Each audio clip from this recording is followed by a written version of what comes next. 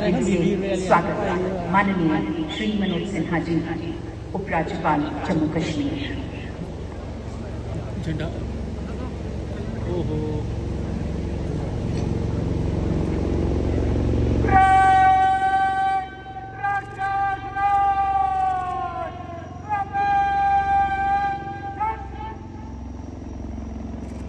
Commander का आमंत्रण स्वीकार कर माननीय उपराज्यपाल स्टेट मोटर गैरेजेस के सभी ध्वजी वाहन में सवार हो गए हैं।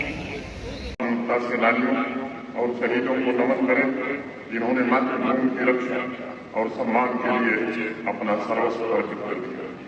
मैं सशस्त्र सेनाओं, अर्धसैनिक बलों और जम्मू कश्मीर पुलिस के उन वीर जवानों को भी नमन करता हूँ जो अपने शौर्य, त्याग, कर्तव्यनिष्ठा और बलिदान से राष्ट्र की एकता, अखंडता और सुरक्षा सुनिश्चित कर रहे हैं।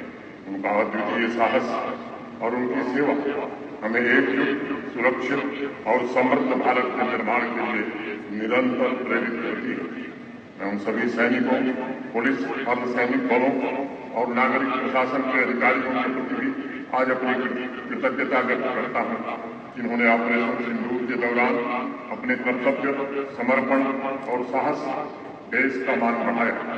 पहलगाम के बर्बर आतंकी हमले के पश्चात ऑपरेशन सिंदूर भारत की राष्ट्रीय सुरक्षा नीति में एक ऐतिहासिक मोड़ का प्रतीक बना। यह केवल एक सैन्य अभियान नहीं बल्कि ये भारत के रणनीतिक संकल्प की घोषणा थी। ऑपरेशन सिंदूर के द्वारा भारत ने पूरे विश्व को संदेश दिया जब आतंकवाद की किसी भी घटना और आतंकवाद को सर देने वाले किसी भी प्रयास का मुंहतोड़ जवाब दिया जाएगा। भारत ने दृढ़ता के साथ एक नई नीति निर्धारित की। ऑपरेशन सिंदूर की सफलता में देशवासियों में एक नया आत्मविश्वास पैदा हुआ है कि हमारे वीर जवान उनकी सुरक्षा के लिए सदैव सक्रिय और सजग। आज ही अंतर्राष्ट्रीय समुदाय को, साथ ही अंतर्राष्ट्रीय समुदाय को यह स्पष्ट संकेत भी मिला है कि भारत की कार्रवाइयां तर्क संगत और आत्मरक्षा के अधिकार पर आधारित है।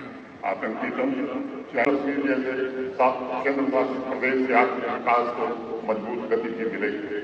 उच्च, रावी, चिनाब, झेलम और अन्य नदियों के जल से शीघ्र इसके सकारात्मक लाभ हमें दिखाई पड़ेंगे। चिनाब नदी पर 260 मेगावाट की बृहस्पति से 2 जल विद्युत परियोजना को दिसंबर में भारत की सरकार ने मंजूर किया जिससे हमारी क्षेत्रीय बिजली की आपूर्ति मजबूत होगी।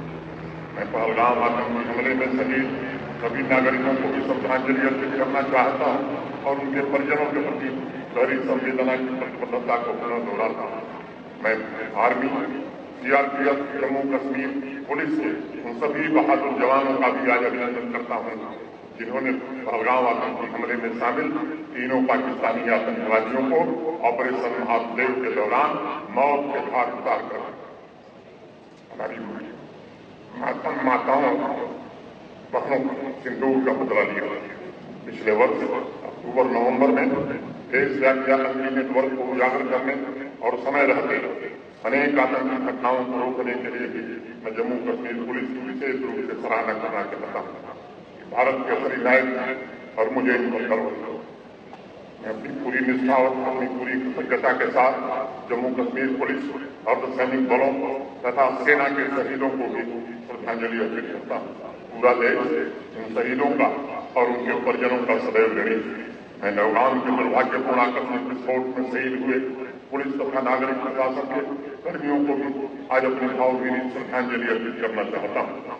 जिन वीरों ने अपने लहू से जम्मू कश्मीर की खुशियां कायम की है वो एक ऐसा ऋण है जिससे हम कभी पूर्ण नहीं हो सकते। आज के पावन पर्व पर हमें संकल्प लेना चाहिए कि हम उनके बलिदान को सदैव याद रखेंगे और उनके सपनों का जम्मू कश्मीर निर्मित करने के लिए हर संभव प्रयास करेंगे। और 2025 के दौरान जम्मू कश्मीर में बादल फटने और भयंकर बाढ़ जैसी अनेक प्राकृतिक आपदाओं का सामना हमें करना पड़ा जिससे पूरे जम्मू कश्मीर में व्यापक क्षति हुई। मैं इस आपदा में जान गंवाने वाले नागरिकों को भी श्रद्धांजलि अर्पित करना चाहता हूँ और उनके परिजनों के प्रति गहरी संवेदना प्रशासन की दोहराता हूँ। मैं पुलिस, सिविल प्रशासन, एनडीआरएफ, आर्मी, अर्धसैनिक बलों तथा एसडीआरएफ और सभी स्टेक होल्डर उन सभी अधिकारियों और कर्मचारियों की आज सराहना करना चाहता हूं, जिनके त्वरित रिस्पांस के कारण अनेक लोगों की जान बचाई जा सकी। प्रशासन ने आपदा से प्रभावित परिवारों को शीघ्र राहत पहुंचाने में बिना देरी किए पूरी संवेदनशीलता के साथ काम किया। मैं उन स्वयंसेवी संस्थाओं से सोसाइटी के मेंबर्स, समाज सेवा से जुड़े अनेक नागरिक के प्रति भी आज हृदय से कृतज्ञता ज्ञापन करना चाहता हूं, जिन्होंने बिना कहे आगे आकर इन पीड़ितों की मदद की। मैं उनकी भी प्रशंसा करूंगा। माननीय प्रधानमंत्री जी के नेतृत्व में भारत सरकार, जम्मू कश्मीर सरकार और जम्मू कश्मीर प्रशासन प्रभावित परिवारों के पूर्ण पुनर्वास के लिए पूरी तरह प्रतिबद्ध है। प्यारे भाई और बहनों, हमारे राज्य की असली ताकत किसानों के पसीने, सैनिकों के साहस, महिलाओं की शक्ति, वैज्ञानिकों की सोच, शिक्षकों के संस्कार, डॉक्टरों की सेवा, इंजीनियर की दक्षता, श्रमिकों की मेहनत, शिल्पकारों की कला, कलाकारों की सृजनशीलता और समाज के हर नागरिक के समर्पण में बसती है। यही सामूहिक प्रयास हमारे राष्ट्र को आगे बढ़ने की ऊर्जा देता है। इस महान राष्ट्र की नींव हमारे उन पूर्वजों के अमर बलिदानों और दूरदर्शी नीति निर्माताओं की दृढ़ सोच पर रखी गई है, जिन्होंने सामाजिक न्याय, स्वतंत्रता, गरिमा और समानता जैसे मूल्यों को हमारे शासन की आत्मा बनाने का काम किया। इन्हीं आदर्शों से प्रेरणा लेकर हमारा साझा लक्ष्य है कि वर्ष 2047 तक एक विकसित भारत का निर्माण किया जाए, जो वर्तमान की नहीं बल्कि आने वाली पीढ़ियों की आकांक्षाओं को भी पूर्ण रूप से साकार कर सके और जिसमें जम्मू कश्मीर का भी पूर्ण योगदान है। जम्मू कश्मीर की अर्थव्यवस्था के वर्तमान मूल्यों पर लगभग 11% की वृद्धि दर्ज करने का अनुमान लगाया गया है। यह वृद्धि निरंतर सरकारी पहलों और नीतिगत हस्तक्षेपों का परिणाम है। जब केंद्र शासित प्रदेश का सकल राज्य घरेलू उत्पाद वर्ष 2024-25 के लिए 2,62,458 करोड़ रुपए आंका गया है।